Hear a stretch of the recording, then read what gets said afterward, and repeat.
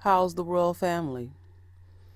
Well, today, my royal family, I found this interview that I've been looking for a while.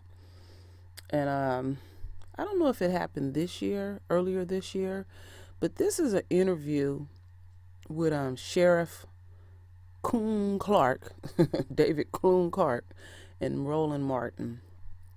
And Roland Martin basically challenged this coon to come to TV1. And I mean, this is some kind of interview. Now, I'm going to play this interview over a 3-day span because that's how it came. So the first interview is about 14 minutes and the other two are 8 minutes. And that's just the way it came, so which is fine. So I'm going to play this first one. And like I said, it's 14 minutes and you know I have something to say. And let's roll with it. That's all I can say. You're going to see this coon really be quite disrespectful.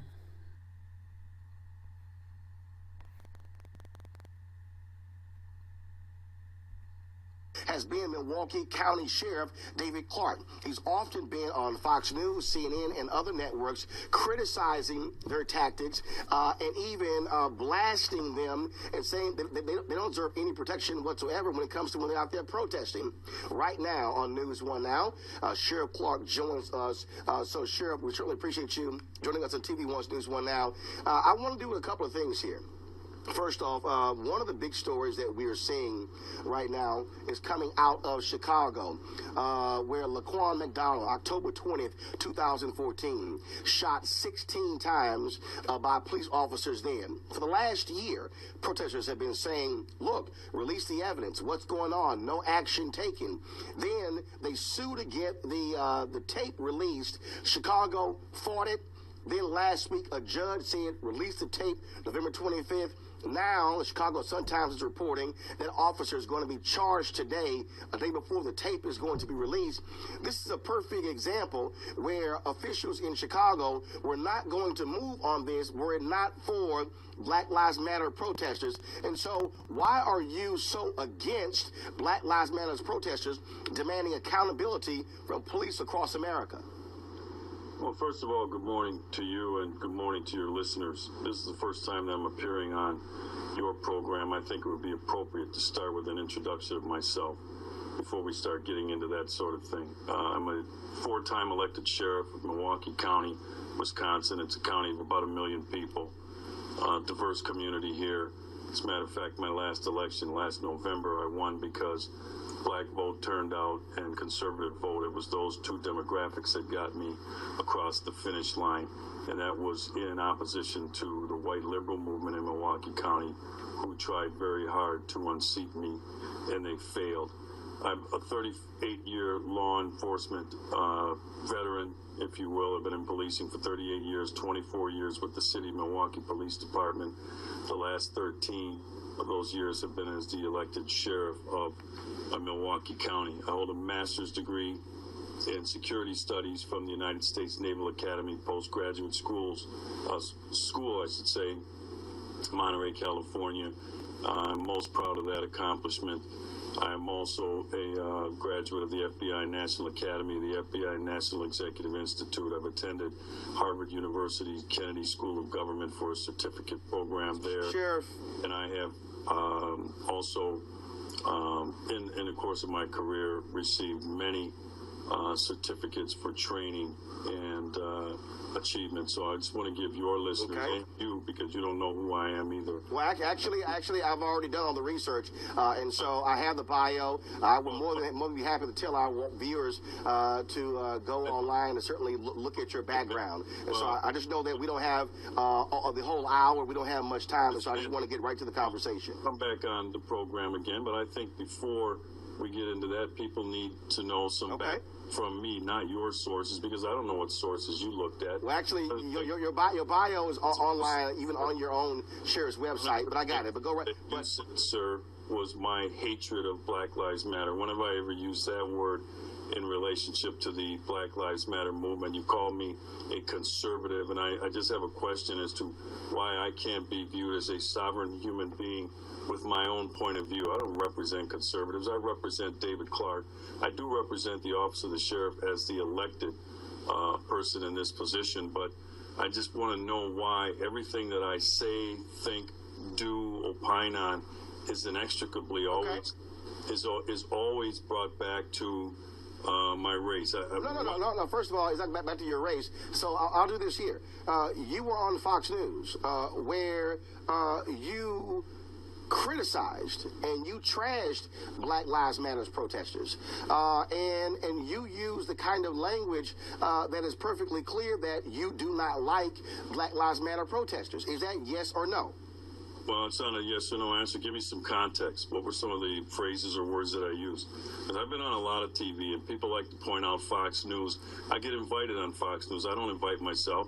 Sheriff Clarke, you called Black Lives Matter protesters subhuman. I've also been on Al Jazeera TV, by the way, so I go where I'm invited. Sheriff Clarke, did you not call Black Lives Matter activists subhuman? Some of the language and behavior that has emanated from that group, yes, I did. Okay, so when you say, well, I didn't call them that, but again, I'm give some context on this now. But I'm asking you a question. It's at these protests, kill the pigs. What do we want? Dead cops. When do we want it now? The police. Yes. Okay. First of all, Sheriff. First of all, this is a television show, and we can't use that kind of language because of the FCC. That's first and foremost. And so. Well, you asked me why I referred to some of the behavior as subhuman. I'm going to give you an example. Okay. I'm not going to speak emotionally, and I'm not going to speak from anecdotes like his. But Sheriff, you did. I don't recall you using that language on Fox News or CNN, and that's fine. But I want to ask you this here. Well, if I did, you probably bleeped it out because they haven't delayed it. No. Actually, when we allow television, that's not necessarily the case. But here's the question for you. Somebody else said. That wasn't my language. Sheriff, the question I have for you.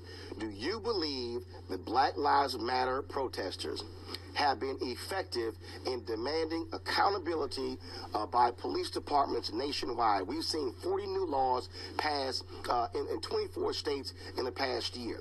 We see, and I gave you an example, in Chicago, for a year, 13 months, they refused to move on the officer who shot and killed Laquan McDonald. It was only after going to court, getting that tape where the judge said release it by Wednesday, and all of a sudden, the mayor comes out and says it's a hideous video. Now, according to Chicago Sun-Times, this cop is going to be charged today. But none of that was going to happen unless they took the action. So I'm asking you, based upon this case and others across the country, do you believe that Black Lives Matter protesters have been effective in demanding transparency and accountability of police officers? Not at all, because I think the transparency and accountability has been there through the process that we have. I don't know what's going on with that case in Chicago. I do not have all the facts, and I put that out up front. I've heard some things, I've read some things. When you start to piecemeal things like that, that's how you can misspeak and make errors. I don't know anything about an indictment coming out today. If you do, that's fine. I'll wait until this, if it's before a grand jury, I'll wait until the grand jury comes out with their decision before I answer that. Okay. In another interview on Fox News, and guys, go ahead and play this. You said there's no police brutality in America. Can y'all go ahead and play that, please? There is no police brutality in America. We ended that back in the 60s. So I don't know where they're coming from. You look at the data and the research, and there's a new Harvard study out that shows that there is no racism in the hearts of police officers. They go about their daily duty, if you will, to keep communities safe. We just saw a police officer, former cop, Inkster, Michigan, who beat Floyd Dent, who planted drugs in his car. The city had to actually raise property taxes in order to pay the $1.4 million settlement. That was brutality. We had a police officer in Los Angeles who kicked a woman in her backseat. That woman later died. That cop was convicted and is now headed to prison. You said there's no racism. We had in Fort Lauderdale where they uncovered police officers who were sending racist text messages and video. San Francisco, the exact same thing. In Louisiana, you had a cop who was at a Klan rally with a Nazi salute who was fired who said he wants his job back. So when you first of all, when you say there's no police brutality in America, we ended that in the 60s, that's simply a lie. Okay, define brutality for me, please. If Floyd Dent is in his one second. If Floyd Dent is in his car and he is dragged out of his car and he is being beaten and pummeled by police officers, and then they plant drugs in his car and it's all captured on dash cam video, is that not brutality? Well, first answer my question. What is your definition of brutality? What is yours? Because I gave you examples where police officers have beaten people.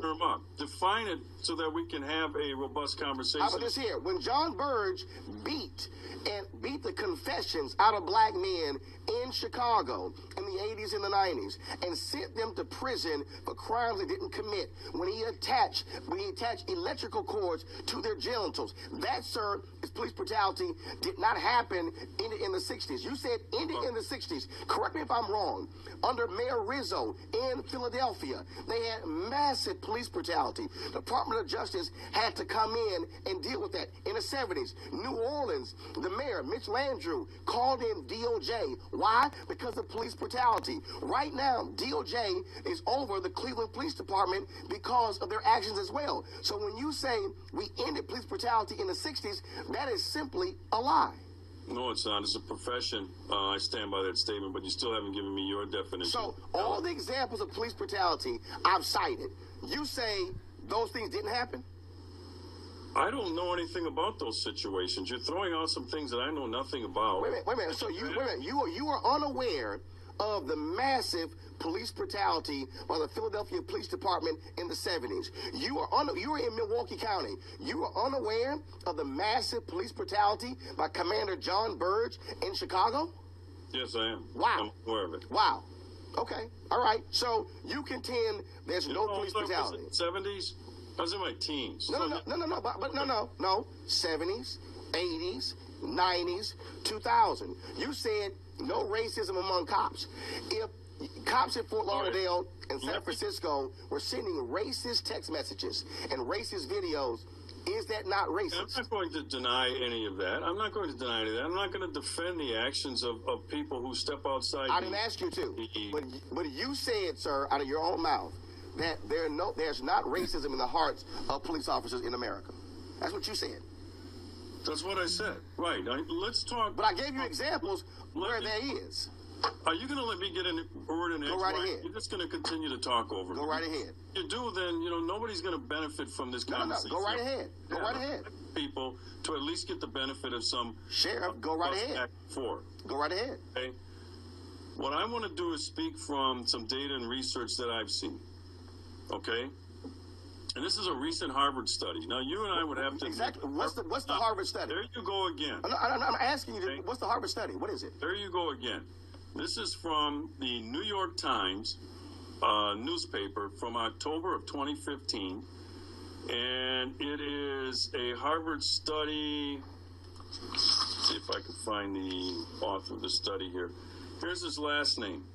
And you can look it up if you want to. Mullainathin. He's a professor of economics at Harvard. Now, you and I would have to admit that Harvard is no right-wing institution, and they're no supporters of the police. Well, actually, there are conservative professors at Harvard, but that is true. There you go again. I'm just stating a fact. There are conservative professors at Harvard. Let me talk, or are you just going to continue? Okay. All right, go right ahead. Do that, then I can just sit here. No, go right ahead. Okay.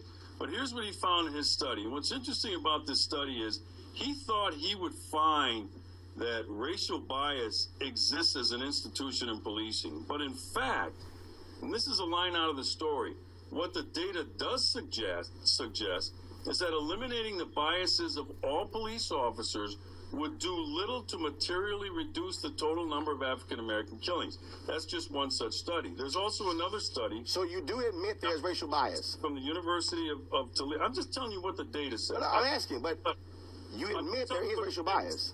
And I'm trying to, as we go along here, do all the reading of any research that would suggest anything that you or Black Lives Matter is intimating, and I'm not finding any. There's another study. This is a recent one too. University of Toledo, Dr. Timothy Johnson, and it's a database study. But he looked at the police-related killings between 2009 and 2012, and there were 1,491 persons that died from police use of force from 2009 to 2012. Of that, 61.4% of those killed by police in legal interventions were white. Let me say that again. 61.4%. 32% were black males, and then it breaks down the rest, males of other races. So by a 2-to-1 margin, more whites are killed by police officers in police contact than black males. So how many whites are there in America? What? Blacks make up 13% of Americans? Are there more whites in America than black? Well, that's kind of an interesting... Okay, well, here's the deal, Sheriff. I got to go to a break. We've gone about 17 minutes. I'm going to go to a break. We're going to come back. We're going to continue this conversation. All right. All right, my royal family. I was thinking that I should go ahead and play the rest of these 2 videos. So this video is going to be a part 1, and then the 2 8-minute videos, I'm going to do a part 2. But I do have something to say about it.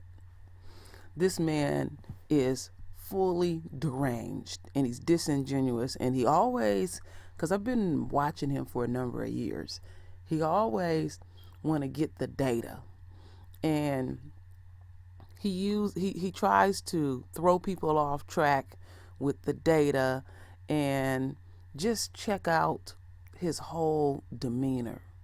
And nobody's encouraging him to do this. This is all self-insanity.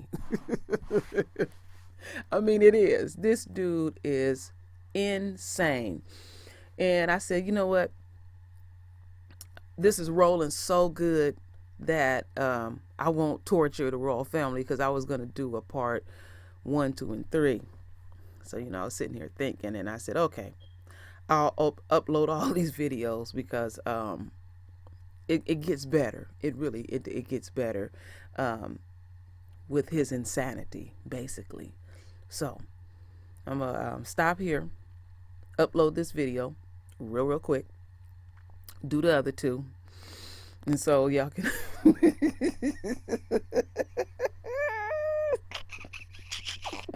get over here. I can't breathe. This man is crazy. Oh my goodness. Let me get off of here, because this man is off the hook. I'll be back. This man needs to be taken to the outhouse. Oh my goodness. Wow.